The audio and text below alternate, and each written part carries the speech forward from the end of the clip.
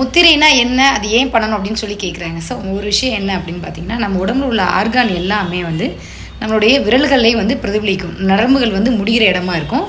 So நம்ம கையில் உள்ள பஞ்சபூதங்கள் தான் நம்ம உடம்புல இருக்கக்கூடிய ஆர்கானோட கனெக்ட் ஆகிருக்கும். அது மட்டும் இல்லாமல் அண்டத்தில் உள்ளதே பிண்டத்தில் உள்ளதுன்னு சொல்கிறோம் இல்லையா. ஸோ இப்போ கை விரல்களில் வந்து நமக்கு பிடிக்கக்கூடிய முத்திரையில் தான் நம்மளுக்கு வந்து உடலில் வந்து ரொம்ப ஆரோக்கியம் இருக்கும். யோக சாஸ்திரத்தில் மட்டுமின்றி தந்திர சாஸ்திரம், தெய்வ வழிபாடு போன்ற எல்லா இடத்துலையும் பயன்படுத்தியிருக்கிறாங்க. அது இன்றைக்கி நேற்று இல்லை, பல்லாயிரம் வருஷத்துக்கு முன்னாடி இருந்தே இதை வந்து ரிஷிகளும் ஞானிகளும் யோகிகளும் இதை வந்து மனிதர்கள் உள்பட்ட எல்லாருமே இந்த முத்திரைகளை பயன்படுத்தி தான் நிறைய விஷயத்தை வந்து கற்றுக்கிட்டு பஞ்சபூத அடிப்படையில் வந்து பார்த்திங்கன்னா இது வந்து நெருப்பு சக்தி உள்ளது, இது நிலம், இது நீர், இது காற்று, இது ஆகாயம். இந்த அஞ்சையும் தான் நம்மளுக்கு வந்து நம்ம பஞ்சபூதத்தோடு குறிக்குது. இதில் வந்து கட்டைவர்கள் பார்த்திங்கன்னா கோள்களோடையும் கனெக்ட் ஆகும். அந்த கோள் என்ன பார்த்திங்கன்னா செவ்வாய் கோள்கள் தான்.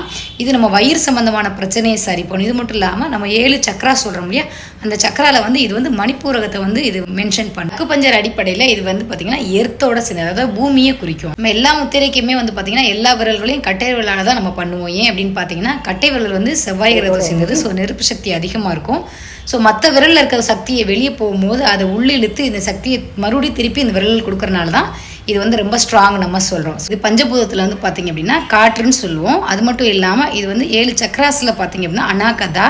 இதுவே வந்து கோள்களில் பார்த்திங்க அப்படின்னா குரு பகவானை குறிக்கும். இதுவே வந்து பார்த்திங்கன்னா அக்குபஞ்சரில் உலோகம்னு குறிப்பிடுவோம், அதாவது மெட்டல்னு சொல்லுவோம். இது வந்து பார்த்திங்கன்னா லார்ஜ் இந்த சென்ஸும், அதாவது பெருங்குடலையும் நுரையீரலையும் சரி பண்ணக்கூடிய சக்தி உள்ளது.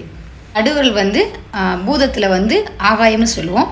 இதே சக்கராசில் வந்து விசுத்தின்னு சொல்லுவோம். கோள்களில் வந்து பார்த்திங்கன்னா சனி பகவான். அக்குபஞ்சரில் இது ஃபயர். இது வந்து பார்த்திங்கன்னா பெரிகார்டியம், ஹார்ட்டு, சிறுகுடல், நுரையீரல் சம்மந்தமான பிரச்சனைகளுக்கு சரி பண்ணலாம். மோதிரர் வந்து பார்த்திங்க அப்படின்னா பஞ்சபூதத்தில் நிலத்தை குறிக்கும். இதுவே கோள்களில் வந்து பார்த்திங்கன்னா சூரியனை குறிக்கும். இதே வந்து 7 சக்கராசில் வந்து பார்த்திங்க அப்படின்னா மூலாதாரத்தை குறிக்கும். அக்குபஞ்சரில் இது வந்து உட்ன்னு சொல்லுவோம், அதாவது பித்தப்பையும் லிவர் சம்மந்தமான பிரச்சனைகளுக்கு சரி பண்ணக்கூடியது. சுண்டுவரல் வந்து பஞ்சபூதத்தில் நீரை குறிக்கும்.